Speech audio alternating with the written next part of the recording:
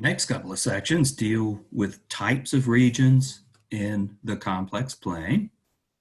And this section, section 48, is on simply connected domains. Okay, these ideas of connected and simply connected regions in the plane, domains in the complex plane, these are really topics from topology. Our definitions will be a little informal.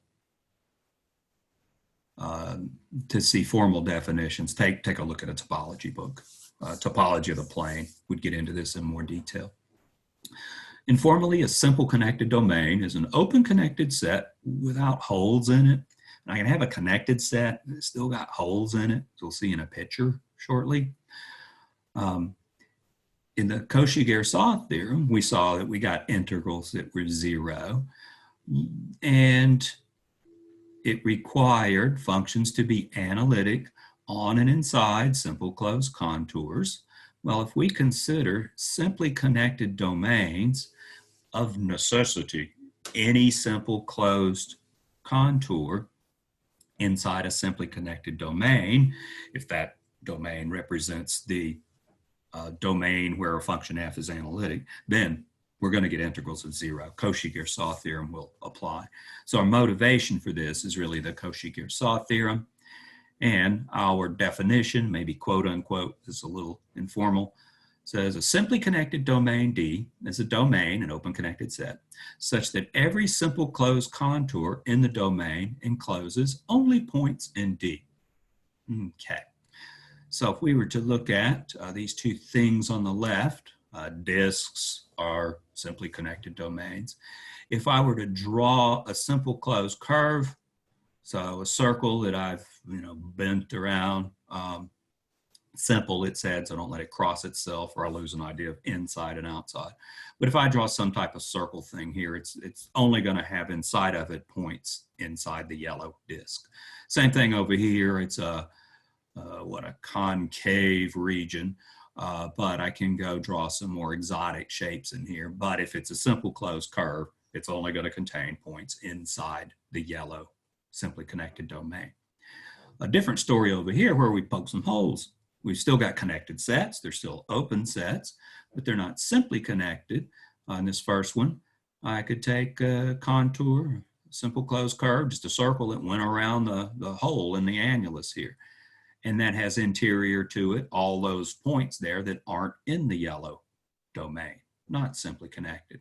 Over here, same thing. I could just take a contour around one of the little holes in the thing, or a contour that contains a couple of the little holes, or so forth.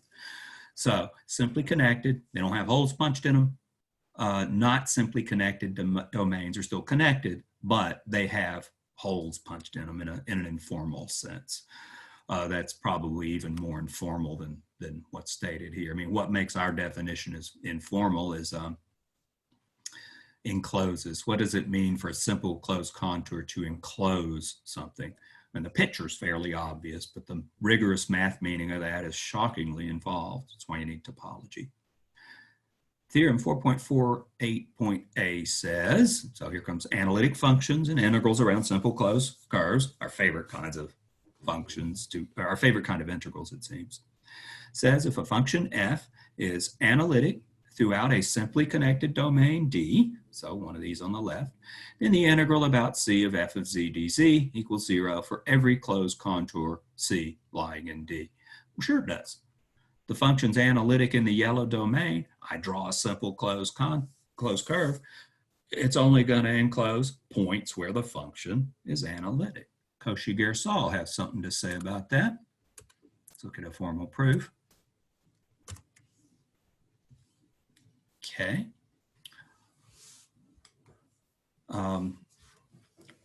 The proof we're given is only valid for some closed contours. This wouldn't probably even come up if we didn't get into it in some depth, and I don't want to do it in some depth, not appropriate for this level class. But we're dealing with simply connected domains. Probably should have read it more closely. Closed contours, we've lost the property of it being a simple closed contour, simply a closed contour.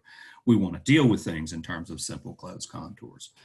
So If C is a simple closed contour, then Koshigerosa says C only contains points in D if it's a simply connected domain, and C is a simple closed curve, so we're fine. The function's analytic on C and at points interior to C. So simple closed contours, Koshigerosa theorem tells us those integrals will be 0. What if it ain't simple? Suppose C is closed, but it intersects itself in a finite number of places. Here's a picture where we've got a contour that intersects itself in 1, 2, and 3 places, actually busts the complex plane into 4 regions that are interior to, in some sense, this contour. Interior and exterior have some very specific meanings, but let me go with the informal picture here. Suppose C is closed but intersects itself a finite number of times. Can be partitioned into these little pieces, C1 plus C2 plus C3 plus C4. We need C1 to end where C2 begins. Imagine the point of intersection is where C1 begins. We travel around that, it ends here. Then C2 picks up, it begins, travels around, so we can parameterize it where it ends here. And then we pick up the C3, and then we pick up the C4. Notice some of these little subcontours are oriented positively, counterclockwise, and some of them are oriented negatively. This one's orienting clockwise, so this one counterclockwise on this one. Okay, but if we've got a finite number of intersections, we can break it into the little pieces. Now we've written it as a sum of simple closed contours. Well, we just saw you integrate around a simple closed contour, you get 0. Here, you're just going to add them up. So you're adding up a bunch of zeros, and we get 0 out. If we address that here, if we had a closed contour that intersected itself in an infinite number of points, that's a little more involved. If you take the graduate course, we'll deal with this in more detail, so not our problem at this level. But we've only dealt with a case where we have a simple closed contour or a simple closed or a closed contour that intersects itself a finite number of times. Nobody ever said these things couldn't intersect themselves an infinite number of times and still be perfectly decent piecewise continuous arcs, be contours. See the graduate stuff for more detail on that. So this can be generalized a little bit more than what we've seen. Let C be, as an example, any closed contour lying in the open disk mod z less than 2. And consider this thing here. You want to integrate z e to the z over z squared plus 9 to the 5th power dz. I want to show that integral is 0. It's a closed contour, but you ain't going to be finding an antiderivative for this anytime soon, I don't think. It's just, well, you can write as a power series or something maybe. But finding an antiderivative of that, it's not immediately clear what to do. But wait, this contour C lies inside the disk mod z less than 2.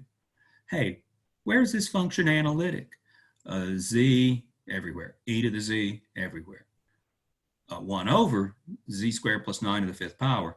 We got a problem at square roots of -9. We got a problem at plus or minus 3i. But we're staying away from plus or minus 3i.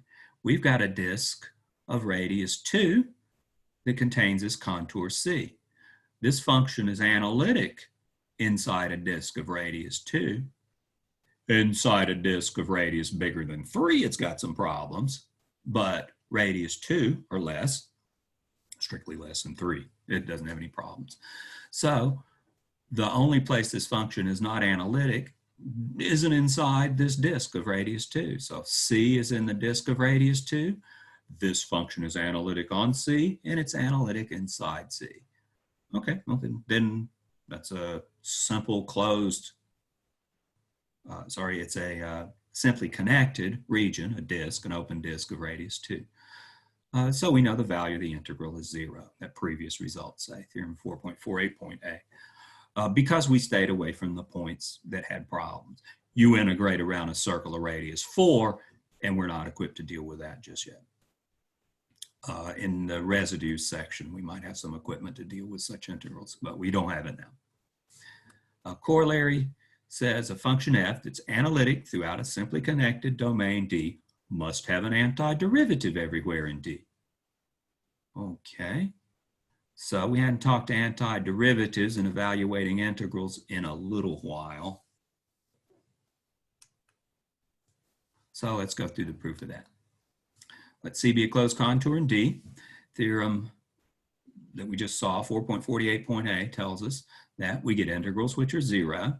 So we know that f is analytic. F is analytic was given, and that f is continuous on D. Yeah, it's analytic, so it's differentiable, so it's continuous. And we know that every integral around a simple closed contour of this sort gives us an integral of 0. Back in theorem 4.44.a, we had 3 equivalent things. The first one was f has an antiderivative defined on a region containing this contour, and the property equivalent to that was we could evaluate integrals in a fundamental theorem of calculus way. Section 44, we had what I was calling in our fundamental theorem of calculus. There was a third part of that that said these conditions are equivalent to every such integral being 0. So f has an antiderivative is equivalent to this behavior here. We've got this behavior here, then f must have an antiderivative. See theorem 4.44.a for more details on that. But, and I complained when we saw this, and I can't imagine how we could actually check all those contours to see that we get integrals of 0. Well, one way to do it is, back to the notes, if we've got a simply connected domain, then we know we've got the analytic behavior that Koshigerosa saw, or more directly, this theorem we just saw, will give us integrals of 0. If we always have integrals of 0, we've got an antiderivative. Yeah, it turns out if you got an analytic function, you've always got an antiderivative too, but more of that in the series section. Oh, the whole complex plane, that's simply connected. It ain't got any holes in it, it's everything. So if we took entire functions, if we integrate entire functions around closed contours, we're going to get integrals of 0. They're analytic everywhere. Okay, so they're analytic on and inside these contours.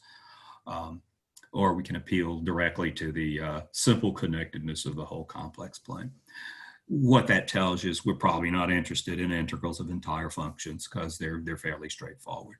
We're interested in more exotic things, and the exotic things will be things that involve branch cuts. So it's things that involve logarithms. So it's 1 over z involves logarithms with antiderivative, and branches of the square root function, branches of the cube root function, z to the c power, where c is complex, all those things involve log functions. So those are the things that are trickier to integrate. But there's good news here. We've got nice, clean analytic functions. We get pretty easy to evaluate integrals. We've even got antiderivatives in many settings. So that takes care of simply connected domains. So next section is on multiply connected domains. I'll see you there, or not simply connected.